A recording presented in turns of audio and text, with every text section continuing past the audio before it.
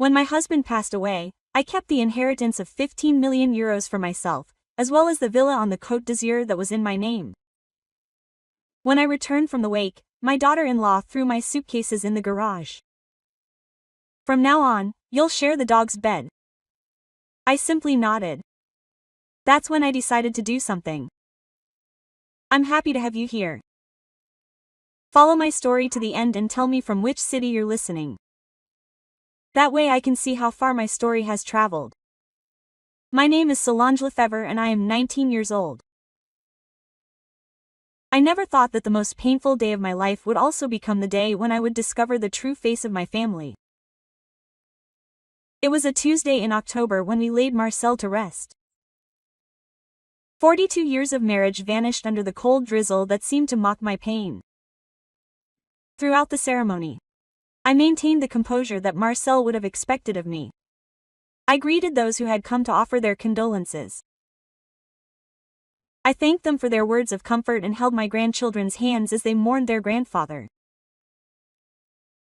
Delphine, my daughter-in-law, stayed by my side during the funeral. But not out of support. Her calculating eyes constantly scanned the congregation as if cataloging who might be useful to her in the future. When the priest mentioned Marcel's generosity to his family, I saw him clench his jaw. Olivier, my son, seemed lost in his own world of grief, noticing his wife's shenanigans. The drive home was silent. I sat in the backseat of Olivier's Mercedes, watching the streets of Neuilly pass by on stage as they had interrupted my home for decades. Delphine drove with cool efficiency, her nails perfectly manicured and her drumming on the steering wheel from time to time. Every now and then, she exchanged knowing glances with Olivier through the rearview mirror. When we arrived at the house, a magnificent two-story property that Marcel and I had bought 20 years earlier, I noticed something strange. My suitcases were stacked near the garage door. At first, I thought someone had moved them by mistake during the funeral preparations. What are my things doing here? I asked, pointing to the 3 worn leather suitcases that contained the little I had packed to stay with them for a few days after the funeral. Delphine stopped short, turning to me with a smile that didn't reach her eyes. Oh, Sanj, I thought that was obvious. Now that Papa Marcel is gone, things are going to change a bit around here. Olivier seemed uncomfortable, avoiding my gaze while smoking nervously. Mom, Delphine and I were talking and what Olivier was trying to say, Delphine interrupted, her voice taking on a condescending tone. It's that now that we're responsible for you, we need to establish some ground rules. This house is very big and frankly, it's very expensive to maintain. I felt like I'd been slapped in the face. Responsible for me. Delphine, this is my house, Marcel and I. It was his house, she cut me off abruptly. But Marcel is no longer here. And according to the will we read with the lawyer, everything goes to Olivier as his only son. We are the owners now. The lie came from her lips with an ease that chilled me. I had been there when Marcel wrote his will. I knew exactly what it said. But apparently Delphine had made up a completely different version for Olivier. Delphine? I think there's some confusion. I started to say, but she held up a hand to silence me. There's no confusion, Solange. Listen, we understand that this must be hard for you. Marcel has supported you all these years and now that he's gone, you obviously have nowhere to go or a place to live. That's why Olivier and I decided that you could stay.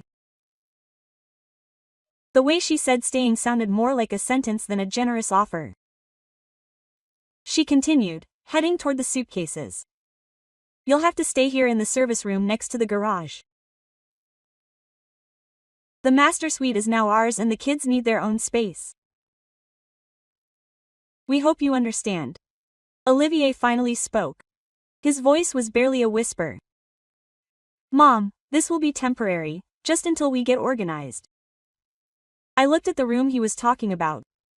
It was small, damp, and had mostly been used as a storage room. There was a rusty single bed and a small window that looked directly out onto the back alley where the garbage trucks rattled in the early morning. And of course, Delphine added, examining her fingernails, we expect you to contribute to the life of the house. It's not fair that Olivier has to bear all the costs of supporting you. You can help with the cleaning, the cooking, babysitting when we need it. You know, earn your place here. The humiliation was total. In the space of an afternoon, I had gone from being a housekeeper to an unpaid domestic worker. My own grandchildren, Juliette, 10, and Gaspard, 10, looked at me with a mixture of confusion and pity that broke my heart. That evening, as I unpacked my things in that depressing room, I sat on the edge of the bed and for the first time since Marcel's death, I cried. I cried not just for him, but for the realization that the family I had sacrificed so much for saw me as a burden.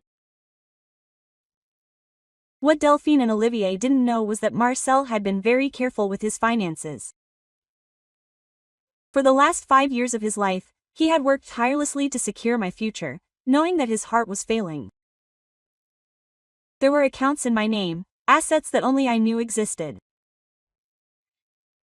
And yes, there was a villa in Saint-Tropez that he had bought as a surprise gift for our 10th wedding anniversary. He never had time to tell me. I had found the papers among these personal documents a week before the funeral. But that night, with the sound of Delphine's loud laughter in what had been my bedroom and Olivier doing nothing to defend me, I made a decision that would change everything. I was going to let them think they were in control. I was going to let them treat me however they wanted. And when the right moment came, I was going to show them exactly who had the real power in this situation. The first 3 months after the funeral were the most humiliating of my life, but also the most revealing. With each passing day, Delphine showed more clearly who she really was. And I, well, became the silent observer of my own decline. My routine began at 5:30 in the morning. The bedroom next to the garage was freezing in the winter and stifling in the summer with no proper thermostat. I would wake up before everyone else to make breakfast for the family. Delphine had made it very clear. If I wanted to earn my place in the household, I had to prove my usefulness. Solange, she would say every morning as she came down the stairs in her expensive dressing gown. Make sure the coffee is ready by 7 on the dot. And Olivier wants his eggs Benedict. Not just fried eggs. The kids need packed lunches and I have this PTA meeting. So you need to iron my blue dress. Never a please, never a thank you. Just curt orders, as if I were his personal employee. Olivier had changed completely after his father's death. Whereas he had been a considerate man who at least acknowledged my efforts, he now avoided looking me in the eye. When I tried to talk to him about the situation, he always had an excuse. Mom, I'm very busy with work, he would tell me, checking his phone while I served him his coffee. Delphine handles these household matters better. I trust her judgment. Her judgment. Her judgment was to treat me as if I were invisible. One morning, while I was cleaning the living room, I overheard Delphine talking on the phone to her sister Corinne. She was standing by the window, a cup of coffee in her hand. Coffee that I had made. She was complaining about her burden. It's so annoying, Corinne. The old woman is there all the time, shuffling around the house like a depressed ghost. Olivier feels guilty, of course, but I told her we have to be practical. We can't support one more person without her contributing something. Quote. She paused, laughing at something her sister had said to her. A nursing home? My God, don't you know how expensive those places are? Plus, she cooks decently and keeps the house clean. It's basically having free housekeeping. I just have to put up with her sad face from time to time. I stood paralyzed behind the door, the duster clutched in my hands. Free housekeeping, that's why I was to her. But what hurt me most was seeing how my grandchildren gradually began to treat me differently. Juliet, who had always been my shadow, now seemed embarrassed when her friends came over and saw me cleaning. "Grandma," she whispered to me one day as I folded laundry in the laundry room. "Why do you live in the little room now?" "Mom says it's because you can't afford a house." How do you explain to a 12-year-old girl that her mother is lying? How do you tell her that the grandmother who took her shopping and on vacation was treated like a servant in her own home? "Things changed when your grandfather died, my love," I replied, trying to keep my voice steady. "But don't worry about me, I'm fine." But I wasn't fine. With each passing day, Delphine became more cruel and brazen. She had begun inviting her friends over for lunch, always asking me to serve the meal and clean up afterward. "Solange, bring champagne for the ladies." She would shout at me from the dining room as if I were her waitstaff. Her friends looked at me with that mixture of pity and superiority that I knew all too well. One afternoon, Amélie Gautier, one of her friends from the club, stopped me in the kitchen. "Excuse me, my dear," she said with a condescending smile. "Could you bring me some more ice and maybe some extra towels?" When I came back with what she had asked for, I overheard part of her conversation with Delphine. "This is such a difficult situation, Delph, but I think you're handling it with great grace. Not all women would be so generous as to take care of their mother-in-law." So, Delphine sighed dramatically. "It's a sacrifice, Amélie, but Olivier feels it's our Christian duty. Although frankly, I sometimes wonder how long we can keep this up. The house is expensive to maintain and now with an extra person." "Have you thought of other options?" Amélie asked quietly. "Well," Delphine lowered her voice. "There are some really nice senior facilities here near Paris. Places where she could have people her own age, activities. It would be better for her actually." My blood ran cold. Not only did he want to humiliate me, but he planned to get rid of me completely. That night, as I lay awake in that uncomfortable bed, listening to the sounds of the street, I made an important decision. I had put off something I knew I had to do. The next day, I would make a call that I had been avoiding. Marcel had left everything very organized, but there were documents that only I could access, accounts that required my signature, assets that required my attention. I had been so overwhelmed by the grief and then the situation at home that I had left everything in the hands of the executor. But it was time for Solange Lefebvre to stop being the victim and become who she really was again. A woman with resources, dignity, and options. Delphine had made a mistake in underestimating me. She thought she knew the whole story, but the truth was far more complex than her little friend could imagine. The next day, I would begin planning my release, but I would do it so quietly and so cautious that no one would suspect anything until it was too late to stop me. The call that changed everything came on a Tuesday morning while Delphine was away at the spa and Olivier was at work. The kids were at school. So I had the house to myself for the first time in months. "Madame Lefebvre." The voice of Maître Chevalier, Marcel's lawyer, sounded surprised as he heard me. "I've been waiting for your call. It's been 4 months since the funeral and there are urgent matters that require your immediate attention." I sat on the edge of my narrow bed, my hands shaking slightly. "Maître Chevalier, I've been processing everything. My family told me that they will left everything to Olivier." There was a long silence on the other end of the line. Then Maître Chevalier cleared his throat uncomfortably. "Madam, I think we need to speak in person." There is some very important information that you need to know, and it's not appropriate to discuss this over the phone. Can you come to my office this afternoon? That afternoon, while Delphine thought I was at the supermarket buying ingredients for dinner, I sat across from Maître Chevalier's mahogany desk in his office in the La Défense district. The documents he showed me took my breath away. Marcel had not only left me free from want, he had made me a very wealthy woman. Your husband was extremely meticulous, Maître Chevalier explained, showing me document after document. The house in Ney is fully paid for and is in a joint trust that includes your name. Olivier has residency rights as long as you live, but the property is yours. My eyes filled with tears. So why did Delphine say that? Because Olivier probably didn't fully understand the terms when he read a preliminary copy. Maître Chevalier shook his head. Marcel was very specific. He wanted to make sure that you would never be vulnerable or dependent on anyone. Master Knight continued to explain. There were bank accounts in my name worth millions of euros.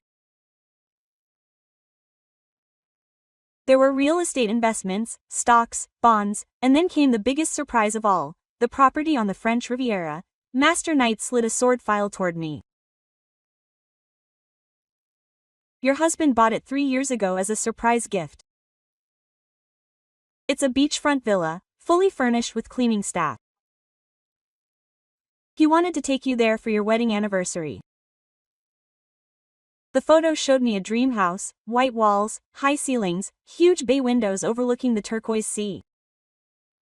It was bigger and more beautiful than Neil's house. Marcel had spent a fortune on it. How much is all this worth? I asked. My voice barely a whisper conservatively between the properties, investments, and bank accounts. You're in charge of about 15 million euros, Madame Lefebvre. I remained silent, processing the information. 15 million euros. While I was sleeping in a maid's room and cooking like a servant, I owned 15 million euros. Why didn't Marcel ever tell me? Master Chevalier smiled sadly. He said he wanted it to be a surprise for when he was gone. He wanted to make sure you would have the freedom to do exactly what you wanted with your life without depending on anyone. I came home that afternoon, my mind racing. Delphine was in the kitchen, poring over bills with a worried expression. Where have you been? She asked abruptly. You were supposed to go to the supermarket. You don't have anything in your bags. I had to do some shopping, I lied as I headed for my room. Well, I hope you brought something for dinner because we have guests tonight. Olivier's boss is coming with his wife and I want everything to be perfect. That evening, as I served canapés to Delphine's guests and listened to her brag about her home and lifestyle, a strange calm came over me. For the first time in months, I didn't feel humiliated, I felt empowered. Over the next 2 weeks, I began to observe Delphine more closely, her habits, her routines, her secrets. And that's when I discovered something that would change everything. It was a Friday afternoon. Delphine had said she was going to her yoga class. But something about her behavior struck me as suspicious. The way she had dressed up more than usual, the extra perfume, the secret smile. On impulse, I decided to follow her. I saw her driving not to the yoga studio but to the Hotel Le Bristol in the heart of Paris. My heart raced as I watched her confidently enter the lobby. I waited a few minutes and then went in. I immediately saw her sitting at the hotel bar with a man who was definitely not Olivier. He was younger, well-dressed, and the way he was touching himself left no doubt about the nature of their relationship. I hid behind a column and watched them for half an hour. I saw him hand her something. It looked like documents. I saw him examine them intently with his head up. I saw them kiss before parting ways. That evening, Delphine returned from her yoga session with a satisfied smile, telling Olivier about her excellent relaxation session. In the following days, I began to pay attention to other details. Phone calls whispered that Delphine would end abruptly when someone entered the room, the documents she kept in a small safe in her closet, the frequent trips out for errands that lasted hours. One afternoon, while cleaning her room, I found something that confirmed my suspicions. She had left her laptop open and on the screen was an open email. Quote, "My love," said the message from someone named Tristan, "the divorce is almost ready. We just have to wait a little longer to be sure of the inheritance. Once we know clearly how much money there really is, we can proceed. Olivier doesn't suspect a thing, does he? Delphine didn't just humiliate me and plan to put me in a nursing home. She planned to divorce Olivier and leave with what she believed to be his inheritance." I quickly snapped pictures of the email on my phone, my heart pounding so hard I feared someone would hear it. That night, lying in my narrow bed, the pieces of the puzzle began to come together. Delphine had orchestrated everything from the beginning. The humiliation, the cruel treatment, the plans to send me to a hospice. It was all part of her strategy to keep me out of sight while she manipulated Olivier and planned her escape with the fortune she believed he had inherited. But Delphine had made a fatal mistake. She had completely underestimated the wrong woman. The next day, I made another appointment with Master Chevalier. It was time to start my own plan. And this time, I wasn't going to be anyone's victim. What happened on Thursday morning was like a bomb going off in the middle of the farce we'd been living for months. Olivier came home early from work, which he never did, and his face had an expression I'd never seen before. He seemed both confused and furious. I was in the kitchen, preparing lunch as usual, when I heard him yelling from Marcel's office. "Delphine, come here right now. Come here." Delphine, who was upstairs getting ready for another of her mysterious outings, came rushing down the stairs. "What's going on, my love? Why are you yelling? What's that?" Olivier was holding a stack of documents in his hand and his voice was shaking with rage. From the kitchen, I saw Delphine instantly turn pale when she saw the papers. "Olivier, can I explain to you?" "Explain what?" "That you've been lying to me for months, that my mother isn't a burden we have to support but that she's a millionaire." The silence that followed was deafening. I dropped the knife I was holding and the sound of metal against the marble floor echoed throughout the house. Olivier continued, his voice getting louder and louder. "I found her documents on Dad's desk. Did you know that Mom owns this house? Did you know that she has bank accounts that I can't even calculate? Did you know that she has a villa on the Côte d'Azur?" Delphine tried to regain her composure. "Olivier, darling, there are obviously things we didn't quite understand when." "No," Olivier shouted, throwing the documents in the air. "There's no misunderstanding. It's written in black and white that my mother inherited millions of euros and you made me believe that she was a poor widow that we had to support." At that moment, I knew that my charade was over. I walked slowly to the living room, wiping my hands on my apron.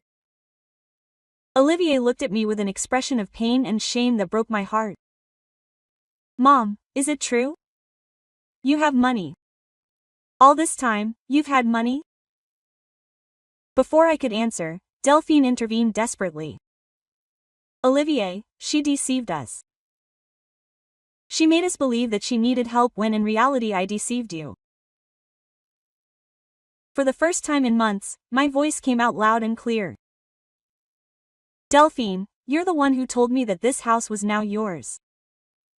You're the one who told me that Olivier had inherited everything. You're the one who made me sleep in the maid's room." Olivier sat down heavily on the sofa, putting his head in his hands. "My God, what have we done? What have you done?" I said, keeping my voice calm, even though my heart was pounding. Time. It's showing me exactly who you are when you think you have power over someone. Delphine, realizing her world was falling apart, attacked in despair. You manipulated us. You let us treat you like this knowing you had millions. You are a cruel and calculating woman. The irony of those words would have been funny if it weren't so pathetic. Olivier looked up at me with tearful eyes. Mom, why didn't you tell us? Why did you let this happen?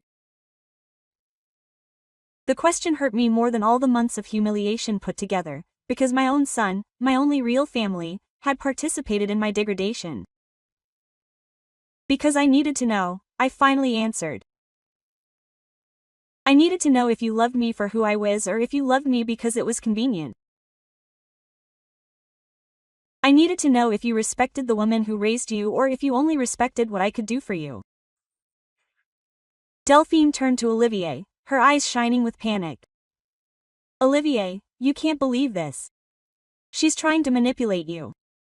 We're your family, we're your priorities. But Olivier wasn't listening anymore. He stood up and walked toward me. Mom, I don't know what to say. I'm so ashamed. Dad must be turning in his grave. Your father, I said softly, knew exactly what he was doing when he structured his will this way. He protected me, Olivier. He made sure I would never have to depend on anyone. Delphine, seeing that she was losing control of the situation, played her last card. Olivier, remember everything we've built together. Think about the children. Are you going to destroy our family over this? That's when I decided it was time to reveal the other truth I'd been keeping from you. Speaking of destroying families, I said, pulling out my phone. I think there's something else Olivier needs to know. The color drained completely from Delphine's face. Solange, don't you dare.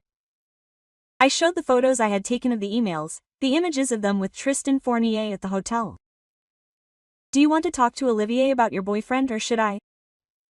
The silence that followed was absolute.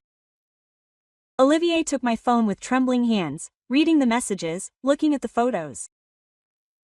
When he looked up, the expression on his face was one of pure horror. Tristan Fournier, the real estate agent. Delphine, have you been doing this all this time? Delphine started to sob, but they were tears of despair, not remorse. Olivier, I can explain everything. He was just helping me with some legal matters. Legal matters like divorce papers. Delphine's mask finally fell completely. Her face contorted into an expression of pure hatred. Yes, divorce papers. Because I'm tired of living a lie. I'm tired of pretending. To love you when you're a weak man who lets his mother control him. Olivier recoiled as if he'd been struck. What? Your precious little mother played us all, screaming. All pretense of the weapon gone. She knew all along that she had money. She let us humiliate her because she wanted to have something against us. She's a manipulator. No, I said calmly. I'm a woman who learned the truth about the people she thought she loved. Olivier looked between the two women in his life and for the first time, I saw my son truly see who his wife was. Get out of my house, he said to Delphine. His voice barely a whisper. Your house? Quote. Delphine laughed bitterly. This isn't your house, you idiot, it's hers. It's always been hers. And now that everyone knows, I don't have to pretend to care about you anymore. She grabbed her bag and headed for the door. Before leaving, she turned to me with a venomous smile. Congratulations, Solange, you won, but you lost your son in the process because he'll never forgive you for putting him through this. The door closed behind her, leaving Olivier and me alone in the most uncomfortable silence we'd ever shared. The days that followed Delphine's departure were strange and tense. Olivier had temporarily moved into the guest room and I had moved back into the master suite. My master suite. But the house felt like a battlefield where no one knew exactly where the lines were. Olivier barely spoke to me, not out of anger, but out of shame. I could see him struggling with guilt every time our eyes met. The children, confused by their mother's sudden disappearance, asked questions that none of us knew how to answer. "Grandma, why did Mom leave?" Juliet asked me one evening while I was helping her with her homework. "Sometimes adults need time to think about important things," I replied, not knowing what else to say. "But is she coming back?" The question hurt because I knew that regardless of my feelings for Delphine, her children loved her, and didn't they deserve to suffer because of their mother's actions? Gaspard, who with the brutal honesty of a 10-year-old, asked me the question that broke my heart. "Grandma, Dad says you have a lot of money now. Does that mean you're not going to live in the little room anymore?" Olivier, who had been listening from the doorway, came in with red eyes. "Gaspard, please go to your room. I need to talk to Grandma." When we were alone again, Olivier finally broke down. "Mom, I don't know how to apologize for this. I don't know how to live with myself knowing what I put you through." I sat down next to him on the couch, the same couch where Marcel and I had watched Olivier grow up, where we had celebrated his successes and consoled his failures. "Olivier, what I need you to understand is that I chose to keep quiet. I could have stopped everything at any time." "Oh, but why didn't you? Why did you let us treat you like a servant when you had millions in the bank?" The answer was complex, painful, and I knew he wasn't ready to hear it all. But he deserved an explanation because I needed to know if you loved me for myself or if you loved me because it was convenient. I needed to know if you respected the woman who raised you or if you only respected what I could do for you. Olivier covered his face with his hands.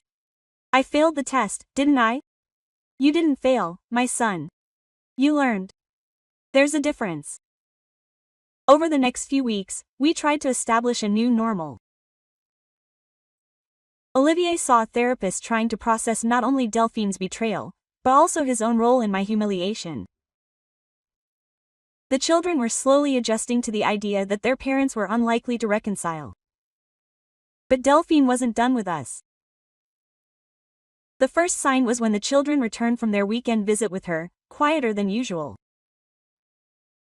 Juliet's eyes were puffy as if she had been crying, and Gaspard wouldn't talk to me about his time with his mother. It was Olivier who finally told me what had happened. "She tells them you're the one who destroyed our family," he told me, his voice filled with suppressed anger. "She tells them you could have avoided the divorce if you had been honest from the start." Delphine's manipulation wasn't over. She was now using my grandchildren as emotional weapons. The final confrontation came on a Tuesday afternoon. Delphine showed up at the door unannounced, but this time she wasn't alone. She had brought Tristan with her and they were both holding a folder of legal documents. "Solange," Delphine said with a fake smile, "we need to talk." Olivier wasn't home and the kids were at school. It was just me against the two of them. But for the first time in months, I didn't feel intimidated. "Come in," I said, opening the door for them. "This should be interesting." They sat in my living room like they owned the place. Tristan, a man in his 40s with overly well-coiffed hair and a salesman's smile, opened his briefcase. "Madame Lefebvre," he began. "We've come to make you an offer that we hope you'll consider carefully." "An offer?" Delphine leaned forward, her eyes shining with what she interpreted as a last chance at victory. "Listen, Solange, I know things didn't end well between us, but we have to think about the children. They need stability, they need both of their parents together." Tristan continued, "We've come up with a proposal that we believe will benefit everyone. Delphine is ready to return to Olivier and rebuild the family, but we need certain guarantees. He slid a document toward me. It was an agreement in which I agreed to transfer a considerable sum of money, 2.5 million euros, to a joint account controlled by Olivier and Delphine. In exchange, Delphine would come home and forgive past transgressions. The audacity left me speechless for a moment. Are you blackmailing me? I finally asked. This isn't blackmail, Delphine replied softly. This is an investment in your family's happiness. Think about it, Solange. The children would have their parents together. Olivier would be happy and you would have your family intact. Isn't that worth 2.5 million euros? What if I don't accept? Tristan and Delphine exchanged a knowing look. Quote. Well, Tristan said quietly. Then we should explore other legal options. We could challenge the mental competence you had when you allowed yourself to be treated so badly, while still having resources available. We could suggest that there are reasons to be concerned about your ability to make sound financial decisions. The threat was clear. If I didn't give them money voluntarily, they would try to take it from me legally by questioning my sanity. Delphine smiled. I thought he had set me up. Also, she added nonchalantly, the children have expressed a great deal of confusion about this whole situation. It would be terrible if he had to testify about their grandmother's erratic behavior in court. Here's the final threat, using my grandchildren against me. I stood up slowly. I walked to the window and looked out at the garden that Marcel and I had tended together for decades. Do you know what was the saddest part of all this? I finally said without turning to them. What? Delphine asked, her voice tense. That you think you know me? I turned to them and something in my expression made Tristan shift uncomfortably in his seat. Delphine, during all these months when you humiliated me, when you treated me like a servant, when you planned to put me in an hospice to keep money that was never yours, do you know what I was doing? She eyed me warily. I was learning. I was learning exactly who you are. And Tristan? I turned to him. You think I don't know that you have gambling debts of over 1,000? You think I don't know that this isn't the first time you've tried to scam an elderly widow? Tristan's face went pale. So, here's my offer, I continued, my voice taking on a steely tone. Get you out of my house now. Delphine will sign the divorce papers without asking for a cent and you will both disappear from our lives forever. Or what? Delphine gasped, her mask falling once more. I smiled, a smile that would have made Marcel proud. I showed the relevant authorities all the evidence I had gathered of your fraudulent activities. Delphine. And Tristan, I showed your wife. Yes, I know you are married. All the photos of your adventures with married women. The silence that followed was absolute. You picked on the wrong woman, I said softly. Now get out of my house. 6 months after that day, I sit on the terrace of my villa in Saint-Tropez, watching the sun set over the Mediterranean. The water is a perfect blue, it seems unreal, and the warm breeze carries the scent of the jasmine growing in my garden. Marcel was right. This place is paradise.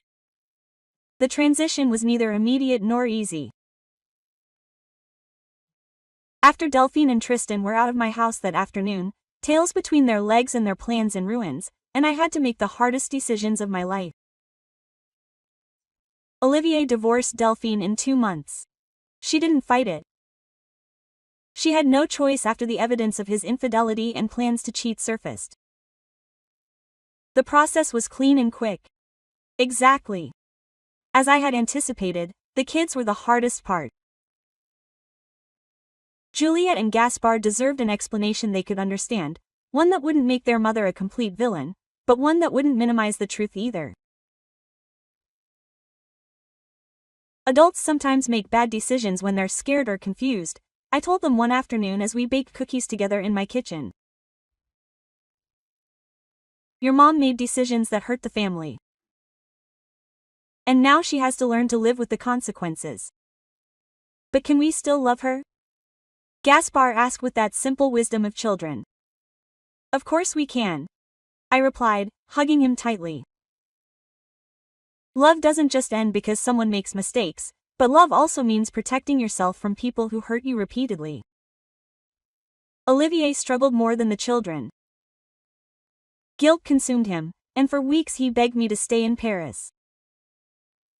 Mom, let me make it up to you for everything.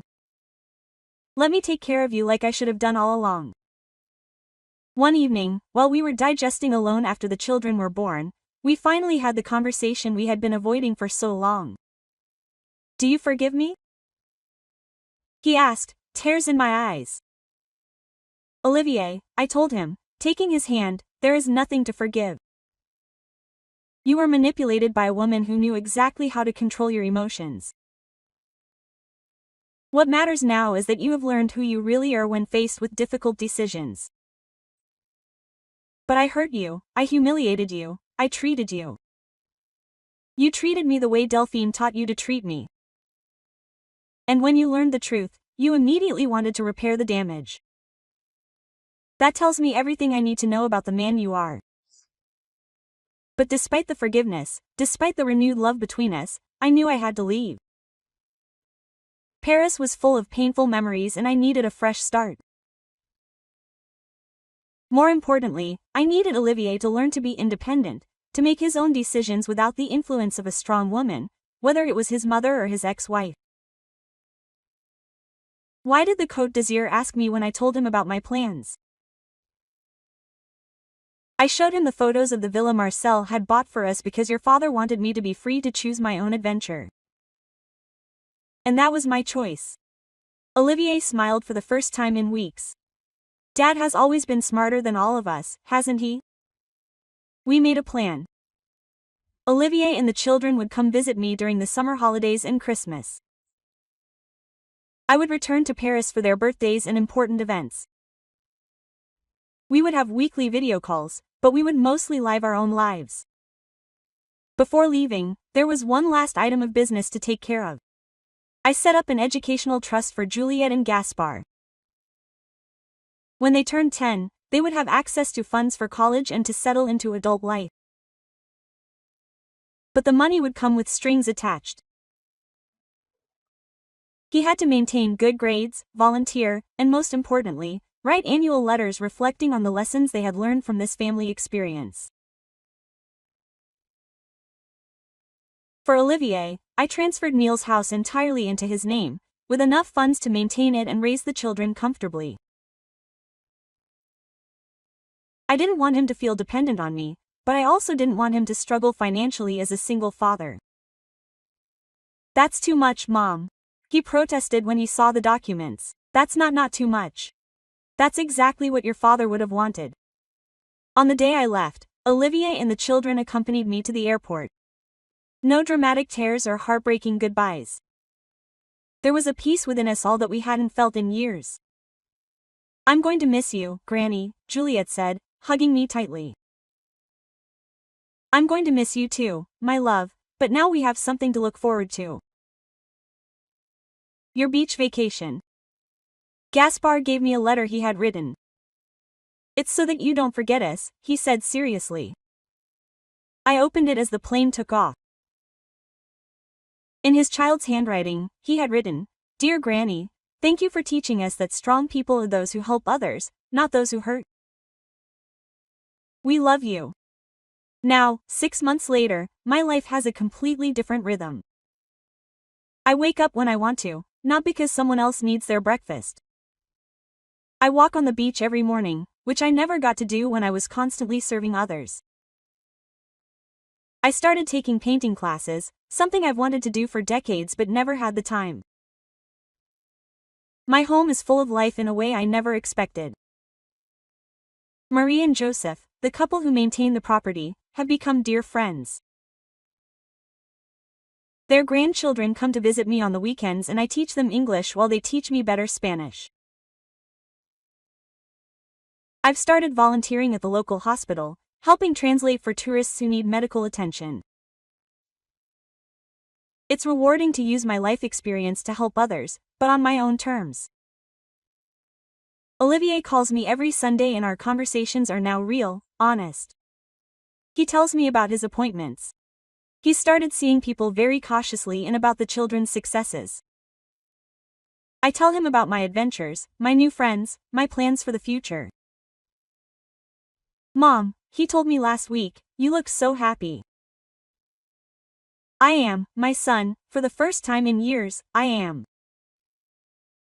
Delphine tried to contact me once, about 3 months after I moved. The text was predictable, a mix of self-pity and a last-ditch attempt at manipulation.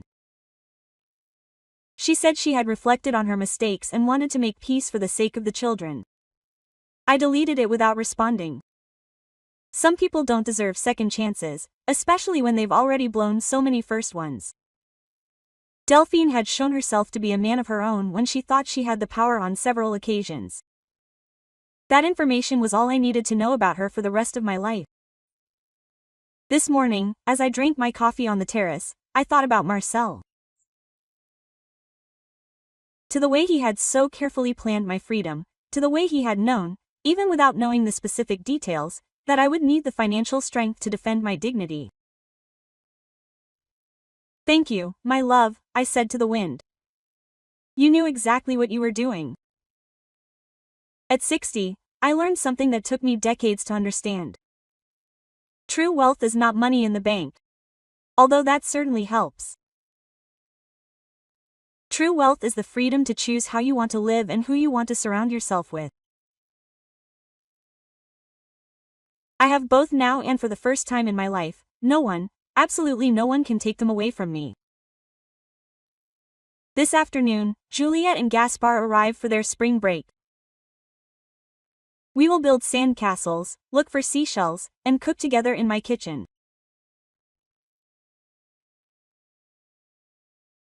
I will teach them to sail on the little sailboat I bought last month, and when they ask me about their mother, as they inevitably will, I will tell them the truth that sometimes life teaches us hard lessons about the people we love. But may those lessons make us wiser and stronger. The sun is setting now, painting the sky orange and pink. I have dinner to cook, a book to read, and a new life to live. Delphine once told me that I had won. She was right, but not in the way she thought. I have won my freedom. I have won my dignity. I have won the wisdom to know exactly what I want. And that, it turns out, is priceless.